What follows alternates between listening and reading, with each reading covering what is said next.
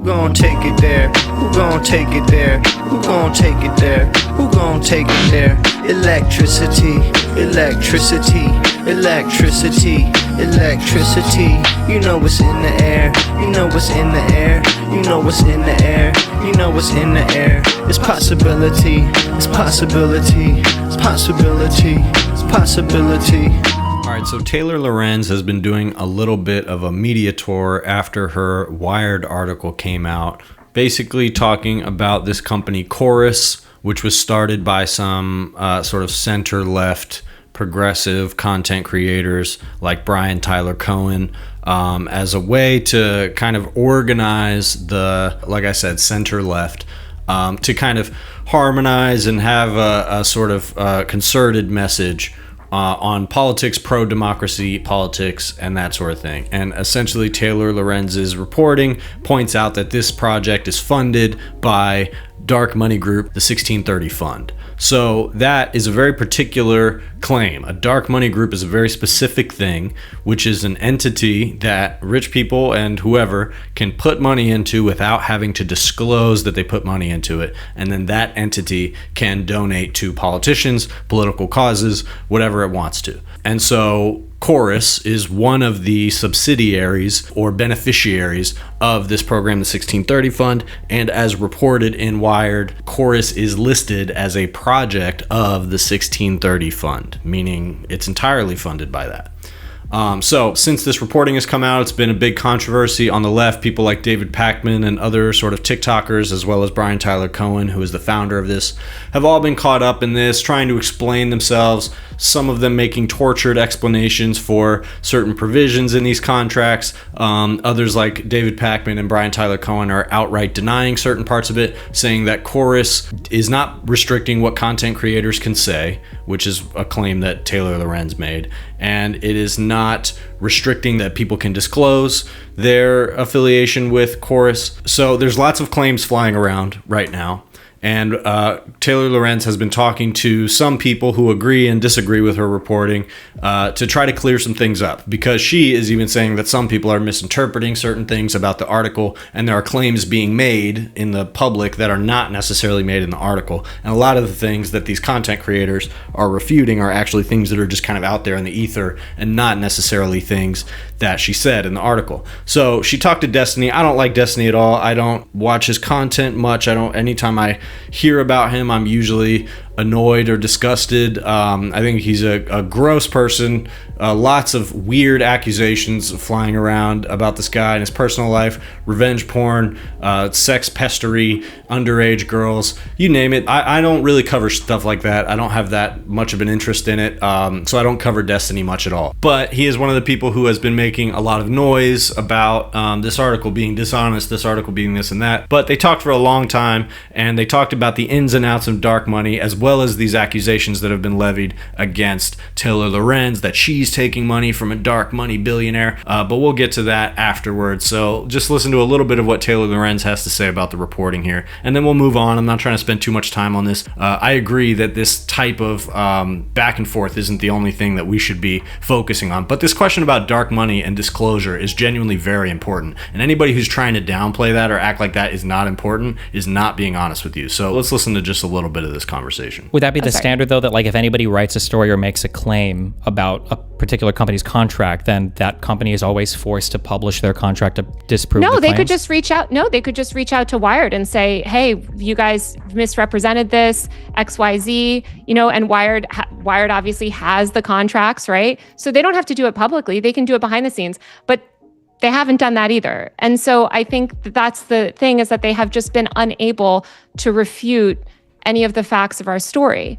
And I understand, it's frustrating for them, but the few, the bits of information that have come out have confirmed our reporting. But yeah, if they aren't going to do it privately and they aren't going to do it publicly, I don't know what else to tell them. But when you say they aren't going to do it publicly, I feel like a lot of creators have come out and have There have been several claims, I think, that have been explicitly refuted by Brian Tyler Cohen, by David Pakman. Well, they can refute them, but they have no proof to refute. So they can go online every day and say that the sky is purple, or whatever they want to say.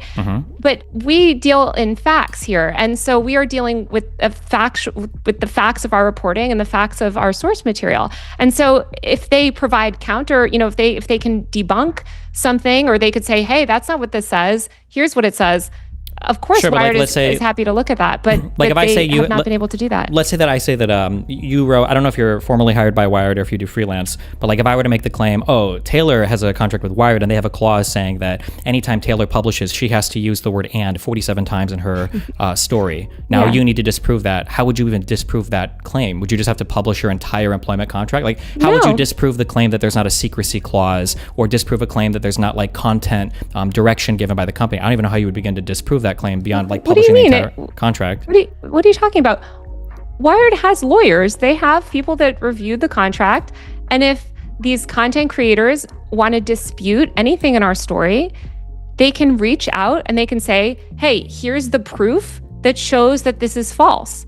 But so far, they have not provided any proof that shows that our reporting is false. All I will say is, Stephen, if you don't trust Wired's reporting, and if you don't trust their fact-checking process, and you don't trust the fact, at that point, there's nothing that I can't help you, because there's a Wired really easy thing. All you gotta do is editorial. publish the contract, and then that makes everything abundantly clear. It's okay. Well, again, Wired stood by their reporting. They could provide any evidence privately I know they've to stood by their Wired. reporting. You keep talking around this. It's very clever. I understand. But it was your choice ultimately to not publish the contract. Yes, because I don't, you know why? Because I don't want to jeopardize my sources. And we had a lot of conversations, and I shared even a portion of the contract, and even my source reached out and was like, hey, I'm just not comfortable with this. And we ultimately want to respect our sources' right to, not be discovered, right to privacy. They're very scared right now because there's a lot of legal threats that are going around. These sources How could terrified. one single source even know if you have multiple people who've shown you contracts? One single source know what? How could one single source reach out to you saying they were uncomfortable about some provision of the contract that was shared if multiple contracts have been shared with you guys? How would they even know? I don't understand what you're asking. You said that you published something in your article and somebody reached out to you saying they were worried about what you'd published. No, not in the article. I posted a small sliver of a screenshot of a clause in the contract. And I heard from one of my sources that was like, hey, I'm really scared because they're doing this legal, we're scared of getting sued. I just want to make sure that you're not going to share the contract because, again, the conditions that they shared it under is that it would not be posted all publicly on the internet, that we would report on it and we would use it for reporting material, but we would not post it on twitter.com, which is the agreement that I made when I reported on this story. So you would say that, as it stands right now, based on what you've seen from Chorus, there's no evidence that they were guiding or telling content creators that were part of Chorus what type of content they could make or what political positions they had to have? So they didn't give people explicit talking points. They didn't, they have these daily messaging check-ins, and obviously they are sort of letting creators into a cohort based on their own guidelines. We don't know their guidelines. We don't know what criteria they were using to select the creators in their program. Again, more transparency would be great. But as far as I've seen, and you can see this even in the article itself, Stephen, is that we don't make the claim that they were given talking points or, again, we had creators reach out to us saying hey, I was actually concerned about the Gaza stuff because maybe it would, whatever. But I looked into it and I did not find any evidence that they were, preventing people from saying the word Israel or AIPAC or something that some people were claiming. Cool. But I think it's important to respond to, I think it's important when you're debunking an article, especially if you care about building trust in journalism instead of dismantling trust in journalism, I think it's helpful to say, hey, these claims have not been made in the article, which actually bolsters their point. But of course, they spent so much time trying to discredit the article. But I think it would be helpful for them to say, hey, this claim wasn't made in the article, but let me debunk it. All right, so the main claim that is being levied at Taylor Lorenz as sort of retaliation for this article is that she also takes money from this guy Omidyar, who funds the fellowship that she's a part of, and that's dark money. So she refutes pretty clearly in this conversation and over in various places that is not dark money. That's not what dark money is. She is, in fact, through that fellowship, funded by a billionaire, this guy Omidyar, who also funds The Intercept. And the reality is that all of the major news outlets are funded by billionaires in some capacity. I'm not sure who exactly is the owner of Wired, but this is like a fellowship that Taylor is a part of that is geared towards investigative journalism. So it's not a political project, according to what she says, and all of the money that's going into it comes from this one person. And so it's not some kind of slush fund of a bunch of people putting money into it that doesn't have to be disclosed. And that right there is the difference. And she says that, she would prefer not to be taking money from a billionaire. The reality is that in any journalism job that she's had, she was working for a billionaire. And that's just the nature of our media environment. Even doing this content on YouTube, I'm technically working for the billionaires that own YouTube. And this fellowship that she is supposedly paid by is one that is funded by this billionaire. She says that she's never actually received a check or been paid by them. Like, she's on the payroll, but hasn't actually received a check yet or something. I'm not sure exactly what that means, or maybe if that means it all gets paid to her at a certain time. But she claims not only that she hasn't been paid by them, but that she is fully aware that all of the money that's going into this fellowship program comes from this one person. And there is a distinction between that and taking dark money from some kind of shadowy entity like the 1630 Fund, which does do good work. And as has been pointed out by some people, this Omidyar guy is one of the donors to the dark money group, 1630 Fund. So what that means is that he is putting his money into there, as he is also putting his money into this fellowship that Taylor is a part of and other political projects. But the distinction that she's drawing is that the project she is a part of, the fellowship, journalism fellowship, is not a political project, even though the other things are. So the reality is, if that sounds weird to you or creepy to you, it's because it is, because billionaires funding anything sounds weird. And what I said about the Chorus project and manufactured consent, and the fact that when you have this type of funding structure, it puts almost subconscious pressure on you when it comes to what to say, what you can say, what you shouldn't say, what you'll be rewarded for saying, what you'll be punished for saying. That also applies to the organization that Taylor takes money from too. But it is true that there is way more transparency there than in what Chorus has going on. And so they're trying to draw this equivalence because that's the nature of politics, and they feel like they're in a position where they have to attack back, and so that's what they come up with. But it does get a larger, more serious problem, which is that she's right. She is a freelance investigative journalist, and even she is tied to billionaires at various ventures of her career. Now, she also has done a lot of work critiquing those same entities and being critical of entities that, the rich do not have interest in being critical of. And so if you find a program that's funded by somebody that is willing to give you that type of independence, as a journalist, you kind of don't have that much of an option. And one of the things that she mentions here is that she doesn't have an audience and a bunch of subscribers. She has some subscribers, but it's nowhere near the level of a David Pakman or some of the creators involved in this program. And so she's, as an actual journalist, the work that she's doing is less attractive to that type of parasocial audience. And by doing investigative journalism that in some cases is telling her own audience what they don't want to hear, this would be a perfect example of that, oftentimes she loses subscribers because what she's doing is actual journalism and not partisanship. And so that is genuinely a tough situation that we are all in.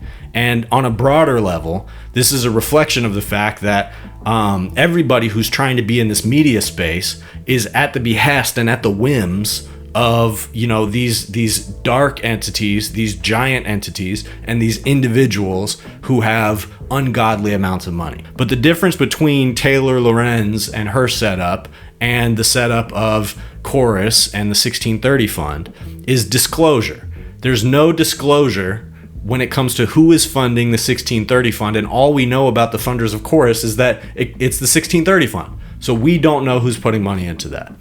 That being said, the distinction that she makes that they've never mentioned the DNC in this article is true. It also is true that in this article they did not say anything about Gaza or Israel, or that creators were not allowed to talk about Gaza or Israel. That is something that was extrapolated by people who were observing this story looking at some of the creators who we were involved, the extent to which we know what creators were involved in this, a lot of them are ones who didn't have very much to say about that particular issue. So people noticed that, but also it got conflated with some other things. It got conflated with an article about David Pakman and other liberal influencers who went to the White House during Biden's administration and during the campaign. That article had specific things about creators being selected because they weren't too talkative about the issue of Gaza. That was when Biden was in power, and people were actively characterizing his entire presidency based on that. So